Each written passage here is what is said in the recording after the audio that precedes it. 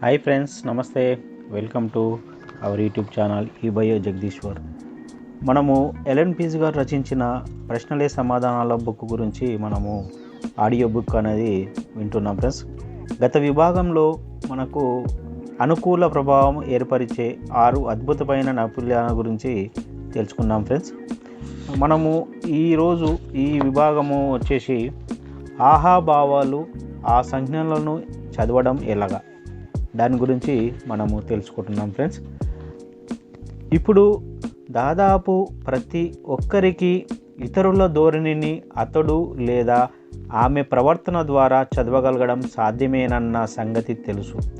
నేను 1976లో body language పుస్తకాన్ని రాసినప్పుడు ప్రపంచం మీదగా దాని ప్రభావం అంతగా ఉంటుందని, కానీ అది 33 భాషల్లో 4 మిలియన్స్కు పైగా కాపీలు అమ్ముడుపోతుందని కానీ తెలియదు. మా సిసలైన సొంత బాడీ లాంగ్వేజ్ పరిశోధన ఇంకా ఇతర సంఖ్యాకులైన అధ్యయనాల ద్వారా తెలిసిందేమిటంటే, ముఖాముఖి బిజినెస్ ప్రజెంటేషన్ల ద్వారా మీ శ్రోతలపై వారిచ్చే సందేశ ప్రభావము దిగువ పేర్కొన్న విధంగా ఉంటుంది. ఓన్లీ మాటలు మాట్లాడడంలో 7% to 10% మొత్తం ప్రభావంలో మన ఓన్లీ మాట్లాడడం వల్లనే 7 to 10% మాత్రమే ఉంటుంది. అలాగే గాత్ర సంబంధమైన దాంట్లో 20 to 30%, అంటే 100%లో 20 to 20%. అలాగే ఆహాభావాలు బాడీ లాంగ్వేజ్లో 60 to 80% మొత్తం ప్రభావంలో, అంటే అర్థం చేసుకోవచ్చు మన బాడీ లాంగ్వేజు చాలా ఇంపార్టెంట్. దీన్ని బట్టి మీరు కనిపించే తీరు, మీ విన్యాసాలు, చిరునవ్వు, దుస్తులు, కదలికలు ఇవే అవతలి వ్యక్తి మీ పట్ల ఓ అభిప్రాయాన్ని ఏర్పరచుకోవడానికి చాలా వరకు దోహదం చేస్తాయని తెలుస్తుంది. మీరు ఉపయోగించే మాటల కంటే మీరు చెప్పే తీరే 3 రెట్లు అతి ముఖ్యమవుతుంది. చదవటానికి 3 సూత్రాలు. మొదటి సూత్రము, సాంకేత సమూహాలని చదవండి. ప్రతి భాషకు ఉన్నట్లే బాడీ లాంగ్వేజ్కి మాటలు, వాక్యాలు, పదబంధాలు, విరామ చిహ్నాలు ఉంటాయి. ప్రతి విన్యాసము ఒక మాట లాంటిదే, అయితే దానికి వేర్వేరు అర్థాలు ఉండవచ్చు. మీరు ఆ మాటను వాక్యంలోని ఇతర మాటలతో చేర్చినప్పుడే దాని అర్థమేమిటనేది మీకు పూర్తిగా అవగతమవుతుంది. వాక్యాలలో వచ్చే ఈ విన్యాసాలనే సమూహాలు అంటారు. ఒకే ఒక విన్యాసాన్ని విడిగా విశ్లేషించడానికి ప్రయత్నించకండి. ఉదాహరణకు, తల గోక్కోవడానికి చాలా కారణాలు ఉండొచ్చు. చుండ్రు, తుల్లు పురుగు, చెమట, అనిశ్చిత స్థితి, మతిమరుపు లేదా అబద్ధం చెప్పడం ఇలాంటివి. ఆ సమయంలో చేసే ఇతర విన్యాసాలను బట్టి అసలు విషయం ఏమిటని అర్థమవుతుంది. సరిగ్గా చదవాలంటే ఎల్లప్పుడూ ఆ విన్యాసాల సమూహంలో కనీసం 3 అంశాల గ్రూపును చూడండి. మొదటి చిత్రంలో ఆలోచనాత్మకమైన మూల్యాంకన సాంకేత సమూహం. చిత్రం 1లో ఉన్న విలక్షణమైన ఆలోచనాత్మక మూల్యాంకన సంకేత సమూహము శరీరానికి ముందు ఒక చెయ్యి, మరో చెయ్యి ముఖం మీద గడ్డానికి ఆనించి ఉన్న బ్రొటనవేలు, ముడుచుకొని ఉన్న కాళ్ళు, ముడుచుకొని ఉన్న కనుబొమ్మలు. ఒకే విన్యాసాన్ని ఎప్పుడూ చదవకండి, అది కేవలము దురద పెట్టే ముక్కు కావచ్చు. పుస్తకంలోని ఈ విభాగంలో విన్యాసాలను విడిగా ఒకటొకటిగా విశ్లేషించడం జరుగుతుంది, అయితే ఇవి సాధారణంగా అలా జరగవు. అవి ఓ సమూహంగానే కనిపిస్తాయి. అలాగే సూత్రం 2, సందర్భాన్ని పరిగణించండి. విన్యాసాల సమూహాన్ని అవి సంభవించే సందర్భాన్ని బట్టి మూల్యాంకన చేయవలసి ఉంటుంది. ఉదాహరణకు, ఒక వ్యక్తి బస్ స్టేషన్లో చేతులు కాళ్ళు ముడుచుకొని గడ్డం కిందికి దించుకొని కూర్చొని ఉన్నాడు. ఆ రోజు చాలా చలిగా ఉంది. అతడు లేదా ఆమె అలా కూర్చోవడానికి కారణము చలి అయి ఉండొచ్చు, చలి నుండి రక్షణ లేకుండా ఉండవచ్చు. ఆ విధంగా చిత్రం 2లో చూపించడం జరిగింది. అలా అయితే అతని ముందు టేబుల్ ఎదురుగా కూర్చొని ఒక ఐడియాను మీరు విక్రయించడానికి ప్రయత్నిస్తున్నప్పుడు అటువంటి విన్యాసాలను ఎలా విశ్లేషించవచ్చునంటే, ఆ వ్యక్తి ప్రతికూల ధోరణిలో ఉన్నాడనే లేదా ఆ సందర్భంలో తనను తాను సమర్థించుకోవడానికి ప్రయత్నిస్తున్నాడనో చెప్పవచ్చు. అలాగే సూత్రం 3, సాంస్కృతిక భేదాలను దృష్టిలో ఉంచుకోండి. ఒక దేశంలోని ఒక విన్యాసము మరో దేశంలో నాటకీయంగా మరో తరహా అర్థాన్ని కలిగి ఉండొచ్చు. ఉదాహరణకు చిత్రం 3లో చూపిన రింగ్ విన్యాసాన్ని పాశ్చాత్య దేశాలలో సర్వసాధారణంగా అంతా బాగానే ఉంది లేదా మంచిది అనడానికి సాంకేతికంగా గుర్తిస్తారు. అంతే బాగానే ఉంది ఓకే అర్థం పాశ్చాత్య టెలివిజన్ కార్యక్రమాలు ప్రసారయ్యే అన్ని దేశాల్లోనూ ఇప్పుడు ఒకటిగానే గుర్తిస్తారు. అదే అర్థం ప్రపంచంలోని తక్కిన ఇతర దేశాల్లో కూడా విస్తృతంగా వ్యాపిస్తుంది. మరికొన్ని ప్రదేశాల్లో మాత్రము దానికి ఇతర మూలాలు అర్థాలు ఉన్నాయి. అమెరికా వాసులకు మంచిది అనే అర్థం, ఫ్రెంచ్ వారికి సున్నా అనే అర్థం, గ్రీకులకైతే అది అవమానించడానికని అర్థం. ఉదాహరణకు ఫ్రాన్స్లో అయితే దానికి సున్నా అని లేదా ఏమీ లేదు అని అర్థం, జపాన్లో అయితే డబ్బు అని అర్థం, ఇక కొన్ని మధ్యధరా దేశాల్లో అయితే అది లైంగికపరమైన అవమానంగా పరిగణిస్తారు. మౌలికమైన చాలా ఆహాభావ విన్యాసాలు అన్ని చోట్ల ఒకటే. సంతోషంగా ఉన్నప్పుడు చిరునవ్వు నవ్వుతారు, విచారంగాను లేదా కోపంగా ఉన్నప్పుడు ముఖం చిట్టించుకుంటారు లేదా ఆగ్రహంతో కేకలేస్తారు. అవును అని సూచించడానికి లేదా ఆమోదాన్ని వ్యక్తం చేయడానికి తలాడించడం అనేది దాదాపు ప్రపంచమంతటా ఉంది. ఇదివరకే పేర్కొన్నట్టుగా ఈ విన్యాసం ఒక రకంగా తలను కిందికి దించుకోవడం. చిరునవ్వు అనేది బహుశా పుట్టుకతో వచ్చే గుణమని చెప్పాలి. దృష్టి వైకల్యం ఉన్నవారు కూడా చిరునవ్వును తాము చూడలేకపోయినా దాన్ని ఉపయోగిస్తుంటారు.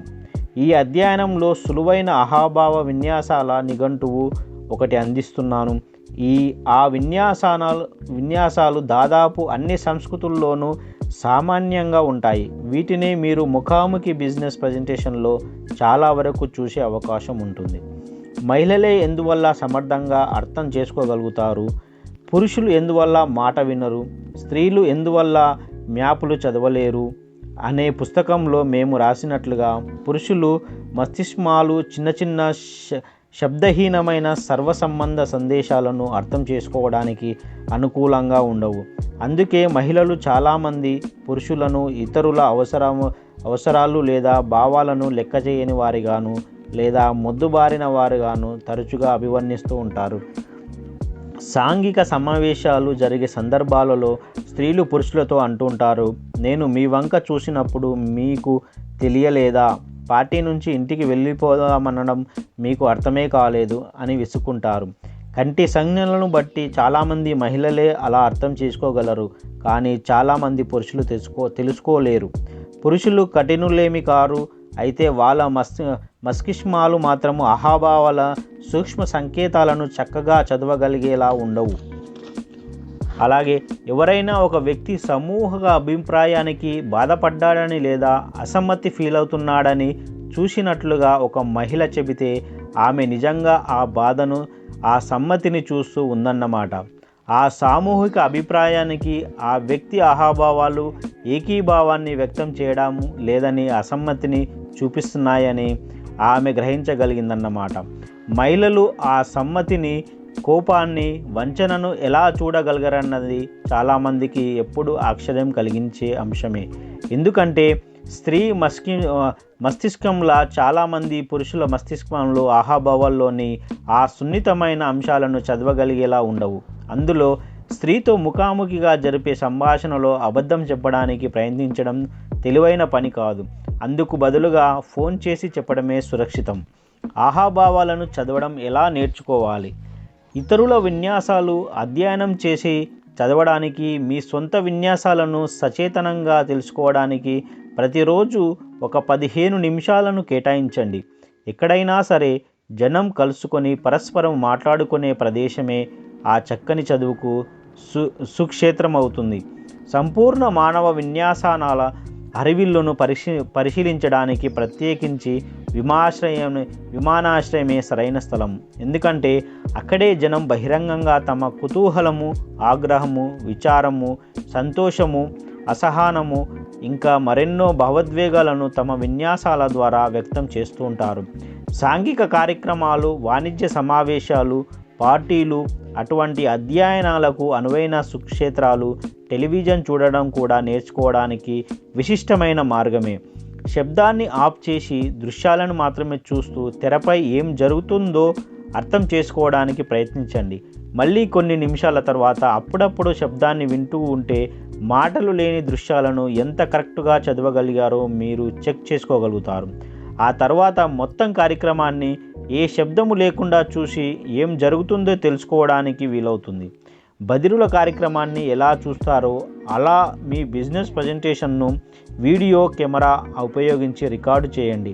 ఆ తర్వాత శబ్దాన్ని తీసేసి రిప్లే చేయండి. మీ స్నేహితులు సహచరులకు చూపించి మీ ప్రదర్శన ఎలా ఉందో మూల్యాంకనం చేయమనండి. ఆహాభావాలకు తక్షణ మార్గదర్శి. బిజినెస్ ప్రజెంటేషన్లో మీరు చూసే కొన్ని సర్వసాధారణమైన ఆహాభావాలకు ఇది ఓ మార్గదర్శక సూచికగా ఉపయోగపడుతుంది. చేతులు కట్టుకోవడము. కొన్ని పరిశీలనలను మూలాలు. చేతులు కట్టుకోవడంలో ఓ అసంబద్ధమైన సురక్షణాత్మక దృష్టికోణం వ్యక్తమవుతుంది. ఇది పుట్టుకతో వచ్చే విన్యాసం. 70% వ్యక్తులు కుడి చేతి పైన ఎడమ చేతిని అడ్డుగా ఉంచుతారు. ఈ అలవాటుకు దూరం కావడం దాదాపు అసాధ్యమనే చెప్పాలి. ఇది హృదయాన్ని, ఊపిరితిత్తులను జరగబోయే దాడి నుంచి సంరక్షించుకోవడానిక అన్నట్టు ఉంటుంది. వానరులు, చాలా వరకు ఆది మానవులు కూడా ఆ భయంతోనే అలా చేతులు కట్టుకునేవారు. ఈ విన్యాసానికి సంబంధించిన పరిశోధన ఏం చెప్తుందంటే, అలా కూర్చొని ఉపన్యాసం వినే ప్రేక్షకులు మామూలుగా కూర్చొని వినేవాళ్ళ కంటే 38% తక్కువగా అర్థం చేసుకుంటారని. చేతులు కట్టుకొని కూర్చొని వారిని వక్త ఉపన్యాసం గురించి ఇంటర్వ్యూ చేసినప్పుడు వాళ్ళ సమాధానాలు అతి క్షుప్తంగా ఉంటాయి. కళ్ళతో నేరుగా చూడడము తక్కువే. తరచుగా వెనక్కి జారబడి కూర్చునేవారు వక్త ఇచ్చిన ఉపన్యాసం గురించి ఎక్కువ విమర్శనాత్మకంగా మాట్లాడరు. చేతులు కట్టుకోవడంలోనూ చాలా సూక్ష్మమైన పద్ధతులను చూడవచ్చు. ఉదాహరణకు సగం చేతిని మడవడం. చిత్రం 4లో చూపించినట్టు 2 చేతుల్ని పట్టుకొని ఉండడం. చిత్రం 5లో చూపించినట్టు. అదేలాంటిదంటే, మీరు కంగారుగా ఉన్నప్పుడు మీ నాన్నగారు చేయి పట్టుకోవడానికి గుర్తుకు తెచ్చేలా ఉంటుంది. 2 చేతులతో ఒక వస్తువును పట్టుకోవడం ఎలాగో చిత్రం 6లో చూపించినట్టు ఒక పర్సు, ఒక గ్లాసు లేదా ఒక ఫోల్డర్ను 2 చేతులతో పట్టుకోవడం ద్వారా చేతులతో శరీరానికి సంరక్షణ కల్పించుకోవడాన్ని స్ఫురింపజేస్తుంది. ఉంగరాన్ని, వాచ్ను లేదా కప్లింగ్ను మరో చేతితో సరిచేసుకుంటూ ఉండడం కూడా అదే ఫలితాన్నిస్తుంది. చిత్రం 7లో కుడివైపు కూర్చున్న వ్యక్తి సరైన సందర్భంలో విన్యాసాల సమూహాన్ని ఉపయోగిస్తున్నాడు. చేతులు కట్టుకొని కూర్చున్న తీరు, కాళ్ళు దూరంగా పెట్టుకోవడము, ఒక కనుబొమ్మను పైకెత్తి చూడడము, పెదవి బిగించి నవ్వే తీరు, ముఖం తిప్పుకోవడము, తక్కిన ఇద్దరు ఒకరినొకరు ప్రతిబింబించుకోవడం ద్వారా సఖ్యతను నెలకొల్పుకుంటూ ఉంటే ఆ వ్యక్తి మాత్రము విడిగా ఉన్నట్లు ఫీల్ అవుతున్నారు. కారణం, పరిణామాల సమస్యలు. ఉదాహరణకు, ఒక వ్యక్తి ప్రతికూల ధోరణిలో సమర్థించుకునే స్థితిలో కలుసుకోవడానికి ఇష్టపడకుండా ప్రతిఘటించే తీరులో ఉన్నాడనుకుందాం. ఆ వ్యక్తి ఛాతీపై చేతులు కట్టుకొని ఆ విధంగా మౌన సంకేతాన్నిచ్చే అవకాశం ఉంది. పరిశోధనల ద్వారా తెలిసిందేమిటంటే, చేతులు కట్టుకునే వ్యక్తి ప్రతిధారణ 40% మేరకు తగ్గిపోతుంది. అతని ధోరణి చాలా విమర్శనాత్మకంగా ఉంటుంది. ఈ సులభమైన ప్రయోగం చేయండి. వెనక్కి కూర్చొని మీ చేతుల్ని ఛాతీపై బిగువుగా కట్టుకోండి. మీకేమనిపిస్తుంది? నిగ్రహించుకున్నట్లుగా ఉంది కదా? కల్పించుకున్నట్లుగా ఉందా? కలుసుకోవడం పట్ల అయిష్టంగా ఉందా? అధ్యయనాలు ఏం చెప్తున్నాయంటే, ఏ కారణం చేతనైనా మీరు చేతులు కట్టుకొని ఉంటే ఈ విన్యాసం వల్ల మీలో ప్రతికూల ఫలితాలు, అనుభూతులు మొదలవుతాయి. ఇది కారణ ఫలితాల పరిస్థితి. అలవాటుగా చేతులు కట్టుకునేవారు తమకది సౌకర్యంగా ఉందని అనడానికి కారణం, వాళ్ళు అటువంటి భావోద్వేగాల అనుభూతి పొందడం వల్ల అలా చేతులు కట్టుకునే విన్యాసం వాళ్లకు సౌకర్యంగా ఉన్నట్లు అనిపిస్తుంది. చేతులు కట్టుకోవడం ప్రతికూల సంకేతం అన్నది మీరు నమ్మకపోయినా మీ శ్రోత తనకు తెలియకుండానే అది ప్రతికూల ధోరణి లేదా మీరు అందుబాటులో ఉండని వ్యక్తిగా భావిస్తాడు. అందుకే ఓ శీతల ప్రదేశంలో గుంపుగా ఉన్న వ్యక్తుల్ని అంగీకరింపజేయడం అనేది కష్టతరమవుతుంది. బిజినెస్ ప్రజెంటేషన్కు గది ఉష్ణోగ్రత 21 degrees Celsius ఉండడం శ్రేయస్కరం. కొన్ని ఉపయోగకరమైన వ్యూహాలు. మీ నాటక సామాగ్రి నుంచి చేతులు కట్టుకునే ధోరణిని తొలగించండి. మీరు ఆ విన్యాసాన్ని ప్రదర్శిస్తే శ్రోతలు మీరు చెప్పిన దాన్ని ఎక్కువగా గుర్తుంచుకుంటారు. మీరు ప్రసంగించే తీరు పట్ల ఎక్కువ విమర్శనాత్మకంగా ఉంటారు. మిమ్మల్ని తక్కువగా ఇష్టపడతారు. అందువల్ల బహిరంగ ఆహాభావాలనే ప్రాక్టీస్ చేయండి. మీకు వీలున్నప్పుడల్లా మీ ప్రేక్షకులు కూర్చోవడానికి చేతులుండే కుర్చీలనే ఏర్పాటు చేయండి. అప్పుడు వాళ్ళు చేతులు కట్టుకోకుండా కూర్చొని కార్యక్రమంలో ఎక్కువగా పాలు పంచుకోగలుగుతారు. చేతులు లేని కుర్చీలే ఉంటే అవి మరి దగ్గరగా ఉండకుండా చూడండి. అలా కానీ ఉంటే తమ చేతులు పక్క వాళ్లకు తగులుతాయనే ఉద్దేశంలో చేతులు కట్టుకోవడాన్ని మనమే ప్రోత్సహించినట్లు అవుతుంది. ఒకవేళ ప్రేక్షకులు చేతులు కట్టుకొని కూర్చుంటే ఆ తీరును మార్పించడానికి ప్రశ్నలకు సమాధానాలు చెప్పే సాకుతో చేతులు పైకెత్తమనండి. శారీరకపరమైన ఎక్సర్సైజులు చేసే అవకాశాలను కల్పించండి. నోట్స్ రాసుకోవడానికి పెన్ను కాగితాలు ఇవ్వండి లేదా తాగడానికి వేడివేడి పానీయాలు అందించండి. చేతులతో ముఖాన్ని తాకడం కొన్ని పరిశీలనలు మూలాలు. చేతితో ముఖాన్ని తాకడంపై పరిశోధన చేసిన పరిశోధకులందరూ అది ప్రతికూల భావోద్వేగాల పరిణామమనే అంశాన్ని అంగీకరించారు. పాశ్చాత్యులు చాలామంది యూరోపియన్లు తాము నిజాన్ని చెప్పినప్పుడల్లా చేతులతో ముఖాన్ని తాకడం ఎక్కువగా చేస్తుంటారు. ఆసియా వాసులకు ఇది వర్తించదు. మతపరమైన కారణాల వల్ల వాళ్ళు తలని తాకరు. కానీ అబద్ధం చెప్పినప్పుడల్లా కాళ్ళ కదలికల్ని వాళ్ళు అధికం చేస్తారు. అబద్ధం చెప్తున్నప్పుడల్లా నోటికి చేతులు అడ్డం పెట్టుకునే అలవాటు మామూలుగా చిన్నపిల్లల్లో చూస్తుంటాము. ఈ ధోరణిలో పెద్దలో కూడా కనిపిస్తుంది. చిత్రం 8లో చూపించినట్టు అబద్ధం చెప్పడం ముక్కు కదలికల్ని అధికతరం చేస్తుంది. ఫలితంగా ముక్కును తాకుతారు. అలాగే చిత్రం 9లో చూపించినట్టు కళ్ళకు చేతులు అడ్డు పెట్టుకోవడం ద్వారా మనం చూడడానికి ఇష్టపడని వాటిని లేదా నమ్మని వాటిని చూడనవసరం ఉండదు. ఆ అలవాటుకు మూలం కళ్ళు రుద్దుకునే విన్యాసం. అది చిత్రం 10లో చూపించినట్టు చెవి లాక్కోవడము లేదా రుద్దుకోవడము. అది చిత్రం 11లో చూపించినట్టు లేదా మెడవైపుగా గోక్కోవడము. చిత్రం 12లో చూపించినట్టు ఆ వ్యక్తి ఆ అనిశ్చిత స్థితిలో ఉన్నాడని లేదా చెప్పిన విషయాలను నమ్మడం లేదని సూచిస్తాయి. కొన్ని ఉపయోగకరమైన వ్యూహాలు. చేతితో ముఖాన్ని తాకే సంకేతాలను ఎప్పుడూ సమూహాలను సందర్భాన్ని బట్టి అధ్యయనం చేయండి. ముక్కు గోకోవడాన్ని వంచనకు సంకేతం అనుకొని గందరగోళానికి గురికాకండి. మీ బిజినెస్ ప్రజెంటేషన్లో చేత్తో ముఖాన్ని తాకే విన్యాసాలను నివారించండి. ఎందుకంటే ప్రేక్షకులు మిమ్మల్ని తక్కువగా నమ్మే అవకాశం ఉంటుంది. వీడియో కెమెరా ముందు కానీ అద్దం ముందు కానీ నిలబడి చేతులతో ముఖాన్ని తాకే అలవాటును తొలగించుకోండి. మీ ప్రజెంటేషన్ సమయంలో ఎవరైనా చేత్తో ముఖాన్ని తాకే విన్యాసం చేస్తున్నప్పుడు ఈ చిట్కా ఉపయోగించండి. మీరేదో ప్రశ్న అడగాలని అనుకుంటున్నట్లున్నారు, అదేమిటితో తెలుసుకోవచ్చా అని అడగండి. ఇంకా మరింత గట్టిగా అడగాలంటే మీ ఆహాభావాలను చూస్తుంటే మీరేదో ప్రశ్న అడగాలని అనుకుంటున్నారనిపిస్తుంది, అదేమిటో తెలుసుకోవచ్చా. ఈ చివరి ప్రశ్న అడిగే సమయంలో జాగ్రత్తగా వహించండి. అది ఒక్కోసారి అవమానిస్తున్నట్టుగా ధ్వనించవచ్చు. వృత్తిపరంగా ప్రశ్నలు అడుగుతూ కూపీలు లాగేవారు అలాంటి ప్రశ్నలు ఉపయోగిస్తూ ఉంటారు. అనుకూలమైన ఆహాభావాలు. 1. తలూపడం. మనం చూసేది లేదా విన్నది ఆసక్తిదాయకమైనదే తలూపుతాం. మీ భావి సభ్యుడు కానీ తలూపుతూ ఉంటే మీ ప్రజెంటేషన్ను కొనసాగించండి. తల నిటారుగా ఉంచినా పక్కకు ఊపినా ఛాతి మీదకు తలవాల్చిన మళ్ళీ కలగజేసుకోండి లేదా దిశను మార్చమనండి. అలాగే బుగ్గపై చేయి వేసుకోవడం. ఈ సాంకేతకము మీ ప్రజెంటేషన్ పట్ల అనుకూల ధోరణిని ప్రతిబింబిస్తుంది. చెయ్యి బుగ్గపైన ఉంటుంది కానీ తలకు ఆధారంగా ఉండదు. వ్రేలు మామూలుగా నుదురును తాకుతుంది. చెయ్యి తలకు ఆధారంగా ఉండడం మొదలైతే ఆసక్తి తగులుతున్నట్లుగా భావించాలి. అలాగే 3వది కళ్ళద్దాలను నోటి దగ్గర పెట్టుకుంటే. ఓ వ్యక్తి తన పెన్ను, పెన్సిలు లేదా తన పెదాలను తడుపుకోవచ్చు. ఇది మూల్యాంకనంలో ఓ అంశమే. దీన్ని బట్టి ఆ వ్యక్తి ఓ నిర్ణయం తీసుకోబోతున్నట్లుగా అనుకోవచ్చు. ఒక నిర్ణయం తీసుకోకుండా ఆగిపోవడం కూడా ఈ ప్రక్రియలో జరిగే అవకాశం ఉంది. ఎందుకంటే అతను నోటి మరోలా నిమగ్నం చేయడం వల్ల తను సమాధానం చెప్పకపోవడాన్ని సమర్థించుకోవచ్చు.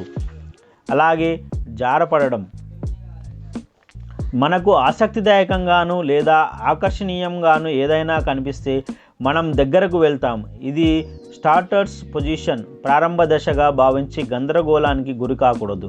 ఎందుకంటే అది ఇలాగే ఉంటుంది. 2 చేతులు మోకాళ్ళపై పెట్టుకొని ఆ వ్యక్తి రేసులో పాల్గొనడానికి సిద్ధంగా ఉన్నట్లు అనిపించినా అది తలుపు దగ్గరకు వెళ్ళడానికే కావచ్చు. అలాగే 5వది గోపురం. ఈ విన్యాసాన్ని ఓ ఒంటరి విన్యాసంగా చదువుకోవచ్చు. ఇదో ప్రశాంతమైన ఆత్మవిశ్వాస ధోరణిని ప్రదర్శిస్తుంది. అలాగే ప్రశ్న ఏమిటంటే, ఆ ఆత్మవిశ్వాసం అన్నది దేని గురించి? మీతో కలిసి రావడం పట్ల ఆత్మవిశ్వాసమా?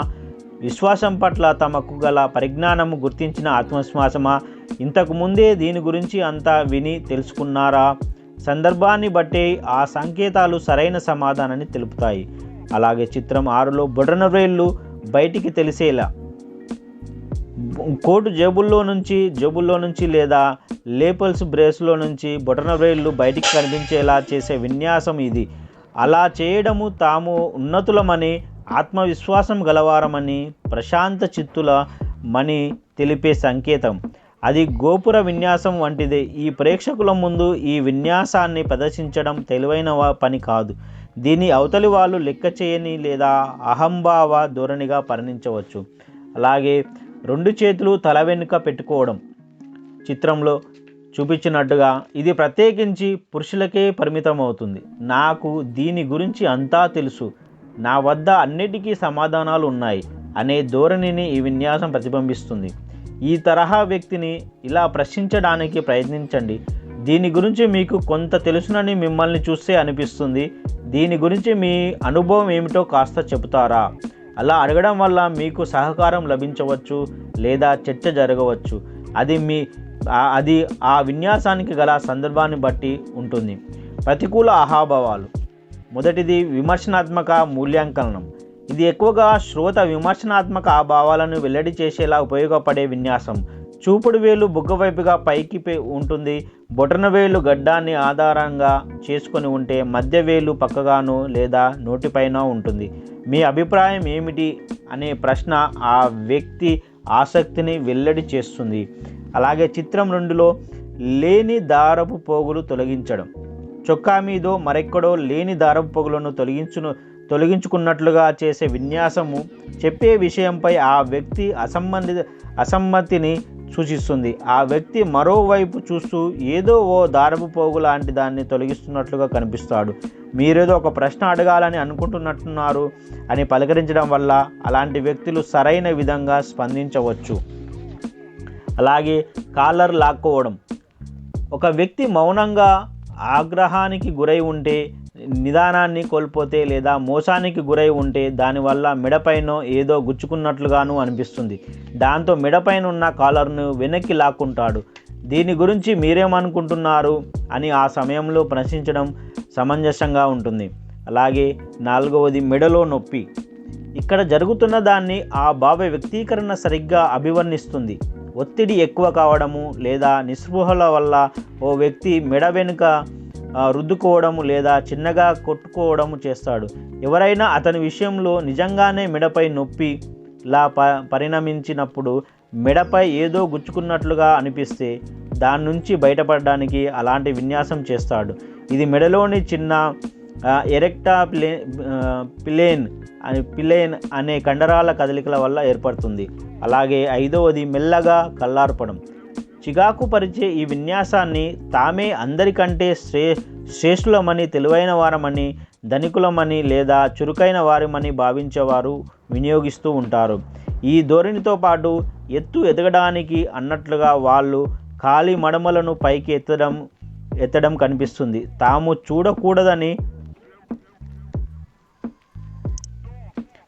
చూడకూడదని అనుకున్నప్పుడల్లా మస్తిష్కము కళ్ళను మోయించేస్తుంది. ఈ వ్యక్తి మిమ్మల్ని తిరస్కార భావంతో చూస్తాడు. అలాగే 6వ చిత్రంలో కుర్చీపై కాలు పెట్టుకోవడం. దీంట్లో కొన్ని అర్థాలు కలిసి ఉన్నాయి. మొదటిది, ఆ వ్యక్తి ప్రశాంతంగా ఉంటూ ఆత్మవిశ్వాసంతో వ్యవహరిస్తాడు, ముఖ్యంగా ఆ కుర్చీ తనది కానప్పుడు. 2వది, అది తన సరిహద్దుల సంకేతంగా భావించాలి. కారణం, తన కాలిని కుర్చీపై పెట్టుకోవడం ద్వారా అది తన హక్కుగా భావిస్తున్నాడు. మొత్తం మీద అది కులాసాగా కనిపించే ఉదాసీన ధోరణిగా భావించాలి. అలాగే చిత్రం 7లో ఉన్నట్టు కుర్చీకి అటు ఇటు కాలు పెట్టి కూర్చోవడం. ఇది ప్రధానంగా పురుషుల విన్యాసం.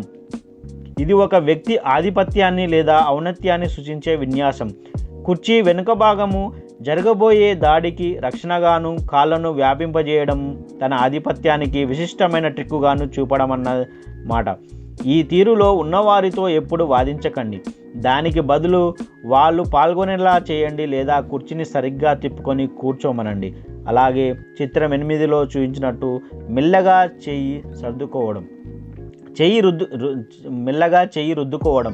చెయ్యి రుద్దుకోవడంలోని వేగం ఆ వ్యక్తిలోని భావోద్వేగాలను సూచిస్తుంది. తనకు సంబంధించిన వారి వల్ల సత్ఫలితం ఏర్పడడంతో ఉద్రేకభరితుడైనట్లయితే అతను వేగంగా చేతిని రుద్దుకుంటాడు. ఓ వ్యక్తి తను వ్యక్తిగతంగా లాభం పొందడాన్ని ఎదురుచూస్తున్నా లేదా చర్చల వల్ల డబ్బు సంపాదించుకోగలిగిన చేతిని మెల్లగా రుద్దుకుంటాడు. అలాగే ఓ విలక్షణమైన సమూహం. ఈ సన్నివేశంలో కుడివైపు కూర్చున్న వనిత విశిష్టమైన విమర్శనాత్మక మూల్యాంకన సమూహాన్ని ప్రదర్శిస్తుంటే, ఎడమవైపున వ్యక్తి తన అరచేతుల్ని తెరిచి ఉంచి ముందుకు వంగి ఆమె శ్రద్ధగా వినేలా చేయడానికి ప్రయత్నిస్తున్నాడు. మధ్యలో ఉన్న వ్యక్తి గోపురాన్ని ఉపయోగించి కాలు మీద కాలు వేసుకునే ఆధిపత్య తీరులో తన విశ్వాసాన్ని తనను తాను సమర్థించుకునే ధోరణిలో ప్రతిబింబిస్తున్నాడు. చివరి మాట, ఆహాభావాలనేవి జిగ్సా పజిల్ లాంటివి. మనలో చాలామంది వద్ద ఉన్న ఎన్నో ముక్కలుంటాయి, కానీ ఒక చిత్రాన్ని రూపొందించేలా మనం వాటిని ఒకటిగా కలపడానికి ప్రయత్నించాం. ఆహాభావాల విషయంలో ఎప్పుడు సూత్రం నెంబర్ 1ని గుర్తుంచుకోండి. విడిగా ఏ ఒక్క విన్యాసాన్ని విశ్లేషించకండి. ఎప్పుడూ సామూహిక విన్యాసాలనే చూడండి. అన్ని సంకేతాల సందర్భాలను బట్టి విషయాన్ని నిర్ధారించండి. సాంస్కృతికపరమైన తేడాలను కూడా దృష్టిలో ఉంచుకోండి. ఆహాభావాలను చదవగలగడం అనేది రోజువారీగా జరిగే సందర్భాలను ప్రత్యక్షంగా చూడగలడమే. ఇప్పుడు ఈ చిత్రాన్ని చూడండి, మీకేమనిపిస్తుంది? ముగింపుగా చెప్పేది ఏంటంటే, ఎవరైనా ఓ అగ్రశ్రేణి నెట్వర్క్ గురించి చెబుతూ ఆమె చాలా సహజమైన వ్యక్తి అని కానీ లేదా అతను పుట్టుకతోనే సేల్స్మెన్ అని కానీ అనడం మీరెన్నిసార్లు విన్నారు? ఒక వ్యక్తిని సహజమైన ఇంజనీర్ అని లేదా ఓ సహజమైన ఫార్మసిస్ట్ లేదా పుట్టుకతోనే డాక్టర్ అని ఎవరైనా అభివర్ణించడాన్ని మనం వినలేం. ఎందుకంటే ఈ వృత్తులు సైన్స్లకు సంబంధించినవి. సైన్స్ అనేదొక ప్రావీణ్యము లేదా సాంకేతిక ప్రతిభ. అది పరిశీలన, ప్రయోగము, కొలతలను వంటి క్రమబద్ధమైన అధ్యయనాల ద్వారా సాధించగలుగుతాం. అగ్రశ్రేణి నెట్వర్కర్లు సహజమైన వారు లేదా పుట్టుకతోనే అలా తయారయ్యేవారు కాదు. అగ్రశ్రేణి నెట్వర్క్ కూడా సైన్సే. అది అన్ని సైన్సుల్లాగానే నేర్చుకునే కళ. ఈ పుస్తకం మీకు కొన్ని శక్తివంతమైన మెలకువలను అందిస్తూ వాటిని ఎలా ఉపయోగించుకోవాలో, ఎలా కొలవాలో, ఎలా అభ్యున్నతిని సాధించాలో, అందుకు జనంతో వ్యవహరిస్తున్నప్పుడు ఏమేం పరిశీలించాలో వివరిస్తుంది. ఈ నెట్వర్కింగ్ సైన్స్ నేర్చుకోగలిగే ప్రావీణ్యమే. అన్ని సైన్స్లకు ఎలాంటి అంకితభావము, ఇబ్బందులు ఎదురైనా తట్టుకునే ఓర్పు, తర్ఫీదు అవసరమైనట్లే దీనికి అటువంటివి అవసరం లేదు. అలాగే నెట్వర్కర్లు విజయం వైపుగా తాము చేసే ప్రయాణంలో ఎదుర్కొనే గొప్ప సవాళ్లలో ఒకటి ప్రతికూల ప్రతిస్పందనలకు అధికంగా బాధపడిపోవడం. ఈ పుస్తకంలో పేర్కొన్న మెలకువలను మీరు ఉపయోగించినట్లయితే ప్రతిసారి లేదు అనే దాన్ని ఎలా అనుకూల ధోరణిలోకి మలుచుకుంటూ లక్ష్య సాధనకు ముందుగా సాగాలనేది బోధపడుతుంది. మీ సగటు ప్రమాణాలు నిరంతరము ఆ అంశాన్ని రుజువు చేస్తుంటాయి. ఈ పుస్తకం ఎలా అనుకునే వాటి గురించి వివరించిన రహస్యాలన్నీ ఎంతోమందికి పెద్ద ఆటంకాలుగా ఎదురైనవి. మరిక భవిష్యత్తు మీ వద్దే ఉంది. నెట్వర్క్ మార్కెటింగ్ బిజినెస్ అనేది ఎలాంటి ప్రచార ఆడంబరం లేదా ప్రకటనలు లేకుండా ఉన్నట్టుండి ఒకసారిగా ఆవిర్భవించినదే. క్రమక్రమంగా అది అన్ని వ్యాపార వ్యవస్థలో అగ్రగామి అయింది. దీంట్లో విజయ సాధన అనేది సూచించబడే ప్రతిపాదికపై, పంపిణీ విధానం, నిర్వహణపై ఆధారపడి ఉంటుంది. అది ముందుకు సాగడం అనేది పూర్తిగా సభ్యుల సమధికోత్సాహాన్ని బట్టి ఉంటుంది. మానవ మస్తిష్కం నుంచి ఉత్పన్నమైన అనేక అద్భుత అవకాశాలలో ఇది ఒకటి. ఈ వ్యవస్థలోని నిధులను తెరవడానికి అవసరమయ్యే తాళం చెవులను ఈ పుస్తకం అందిస్తుంది. మిమ్మల్ని విజయం పథం వైపు అత్యంత వేగంతో దూసుకుపోయేలా చేస్తుంది. ఈ పుస్తకంలోని ప్రతి అంశము రుజువు చేయబడినదే, పరీక్షించబడినదే, అందువల్ల సత్వర ఫలితాన్నిస్తుంది. మీరు అనుసరించాలే కానీ ప్రతి సూచన ఫలప్రదంగా ఉంటుంది. మీరు కోరుకునే స్థాయిని అందుకోలేమనడానికి ఇప్పుడు ఎలాంటి సాకు చెప్పడానికి లేదు. అందువల్ల ఇక లక్ష్యాలను ఏర్పరచుకొని ముందుకు సాగండి. ఎలెన్ పీజ్. సో ఫ్రెండ్స్, మనము ఈరోజు ఇంతటితో ఈ ప్రశ్నలే సమాధానాల మనకు బుక్ అనేది పూర్తిగా అయిపోవడం జరిగింది. కాబట్టి ఈ సెషన్స్ అనేది, ఈ విభాగాలని మీరు మొదటి నుంచి కూడా మనకి క్లియర్గా 1కి 2 సార్లు చదవండి. చదివినప్పుడు మనకు మైండ్లో ఒక అన్కాన్షియస్ మైండ్లో ఫిక్స్ కావాలన్నమాట. మన నెట్వర్క్ మార్కెటింగ్లో సక్సెస్ కావడానికి మెయిన్ వచ్చేసి ప్రశ్నలే సమాధానాలు మనకు ఏ విధంగా ఎదురవుతున్నాయి, దాని మీద మనం ఏ విధంగా మనకు యాక్షన్ చేయొచ్చు అనేది చాలా వివరంగా ఎక్స్ప్లెయిన్ చేయడం జరిగింది. కాబట్టి మీరందరికీ టైం చూసుకొని ఒక్కొక్క విభాగాన్ని ఒక 5 టైమ్స్ అన్న మనము వింటూ ఉంటే మనకి ఇంకా మైండ్లో గుర్తుండిపోతాయి. కాబట్టి మనం ఫీల్డ్లో వెళ్ళినప్పుడు ఇవన్నీ మనము ఆచరిస్తే అద్భుతమైన మనకు సక్సెస్ అనేది వస్తుంది. కాబట్టి మీరందరూ ప్రయత్నం చేస్తారని నేను ఆశిస్తున్నాను. అలాగే కొత్త వాళ్ళు ఎవరైనా ఈ వీడియోస్ వింటూ ఉంటే సబ్స్క్రైబ్ చేసుకోండి, అలాగే లైక్ చేయండి, అలాగే కామెంట్ చేయండి, మ్యాక్సిమం వాళ్ళకు షేరింగ్ చేయండి. ఎందుకంటే ప్రతి ఒక్కరికి ఉపయోగకరంగా ఉన్న వీడియో కాబట్టి, ప్రతి ఒక్క నెట్వర్క్కి అవసరమైంది కాబట్టి మీరందరూ చేస్తారని ఆశిస్తున్నాను. తర్వాత ఇంకో బుక్ గురించి కూడా నేను ఆడియో బుక్ చేసి మీ అందరి ముందుకు తీసుకొస్తానని కోరుచున్నాను. థ్యాంక్ యూ వెరీ మచ్ అండి.